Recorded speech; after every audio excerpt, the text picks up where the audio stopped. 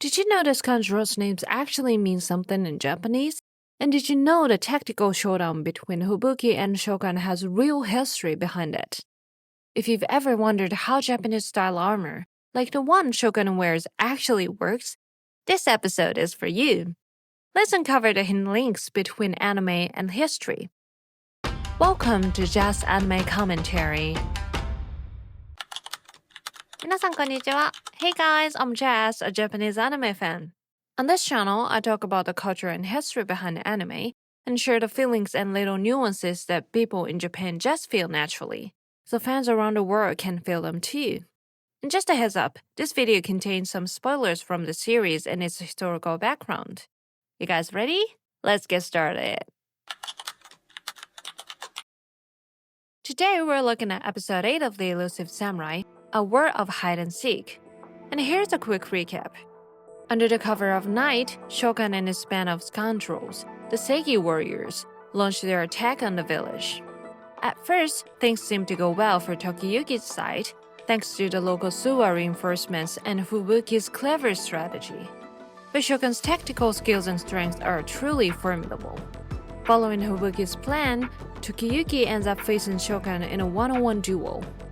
A ruthless man who takes pleasure in blood and cruelty versus Tokiyuki with his new secret sword technique, the Demon Heart Buddha Blade. How would this deadly battle end? Let's talk about the members of the Seigi Warriors, the scoundrel band led by Shokan. From left to right, we've got Furan, Shiro, and Byakutsu. Their names literally mean decay, wax corpse, and white bones. All of them are basically death nicknames. And their designs are so out there that I couldn't focus on the story for a while. Especially Furan's face paint is just ridiculous. But while the details might be totally creative, the idea of making them look odd or unsettling is actually not far from how scoundrels described back then. According to the records from that time, scoundrels were said to dress so strangely that they hardly looked human.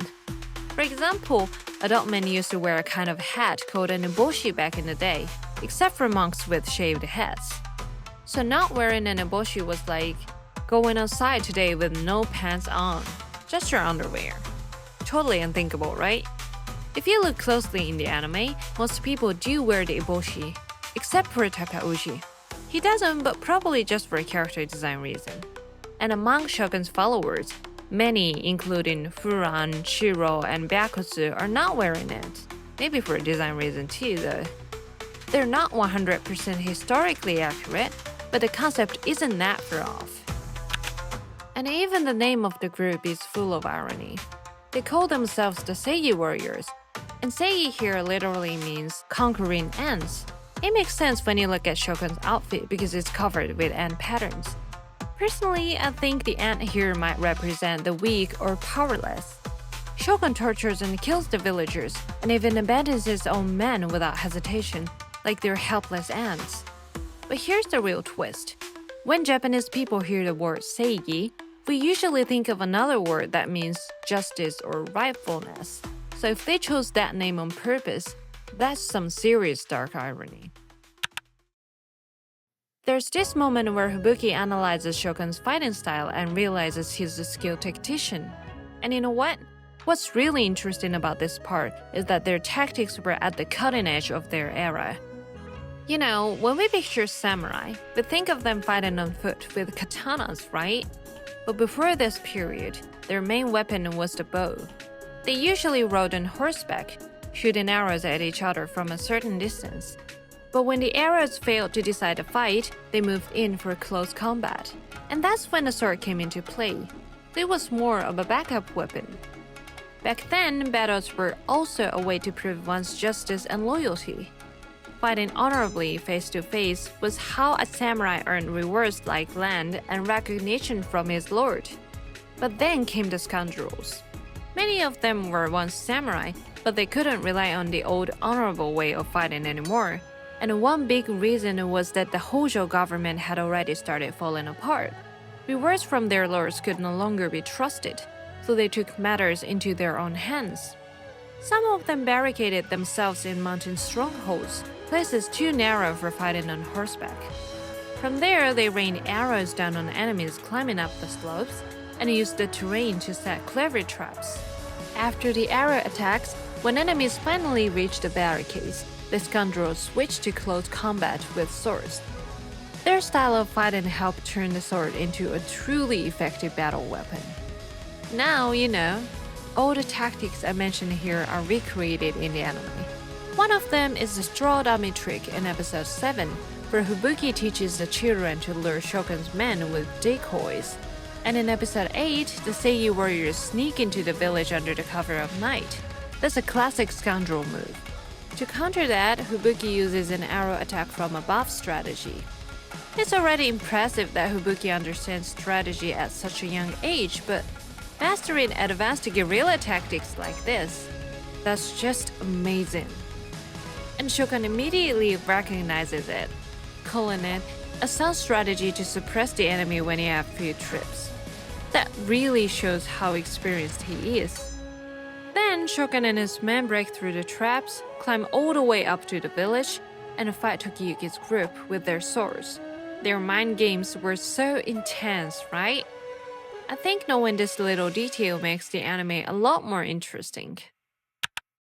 Remember that scene where Shokan blocks Gojiro and Yaku's attack with his armor? According to the narrator, a warrior in full armor only needed to worry about the tiny gaps between the plates. But come on, didn't you think? There are gaps everywhere. Because I totally did. The armor Shokan's wearing is a full set called the O-Yoroi. It gave the widest coverage among samurai armor at the time. Compared to European plate armor, the shiny iron suits that cover everything, Japanese armor was made of lots of small metal plates, tied together with leather and fabric. Because each plate is small, it could bend and move with your body, so you could ride a horse, draw a bow, or run easily. For samurai, mobility was important, especially around the shoulders and hips. Instead of covering the whole body with heavy plates, they focused on protecting vital areas and kept the rest light and flexible. And by layering many small plates, the armor could absorb the shock of arrows and blows. Its flexible structure helped spread out the impact, so the force didn't hit one spot too hard. And here's another reason: Japan's climate. It's humid, like seriously humid in summer. This episode takes place in winter, but if you wore a full metal suit here in summer, you'd probably faint before even swinging your sword. So by overlapping smaller plates with tiny gaps between them, Japanese armor let air pass through, which actually kept the warriors from overheating and alive. It was smart engineering for real battles. And that's episode 8. I said this channel explains things that Japanese viewers naturally get, but this time I went deep into research. And now it all comes down to a one-on-one duel between Tokiyuki and Shokan. Next time we'll look at episode 9, My Buddha. It's a huge payoff episode. Everything we've seen so far starts to come together. We'll dig deeper into Shokan's flashback scenes, so don't miss it. If you had fun with this video, please like, subscribe, and share it with your friends. And I'd love to hear from you. What scenes do you want me to explain, or are there other anime you'd like me to cover? Drop your thoughts in the comments. Thank you for watching, and see you in the next video.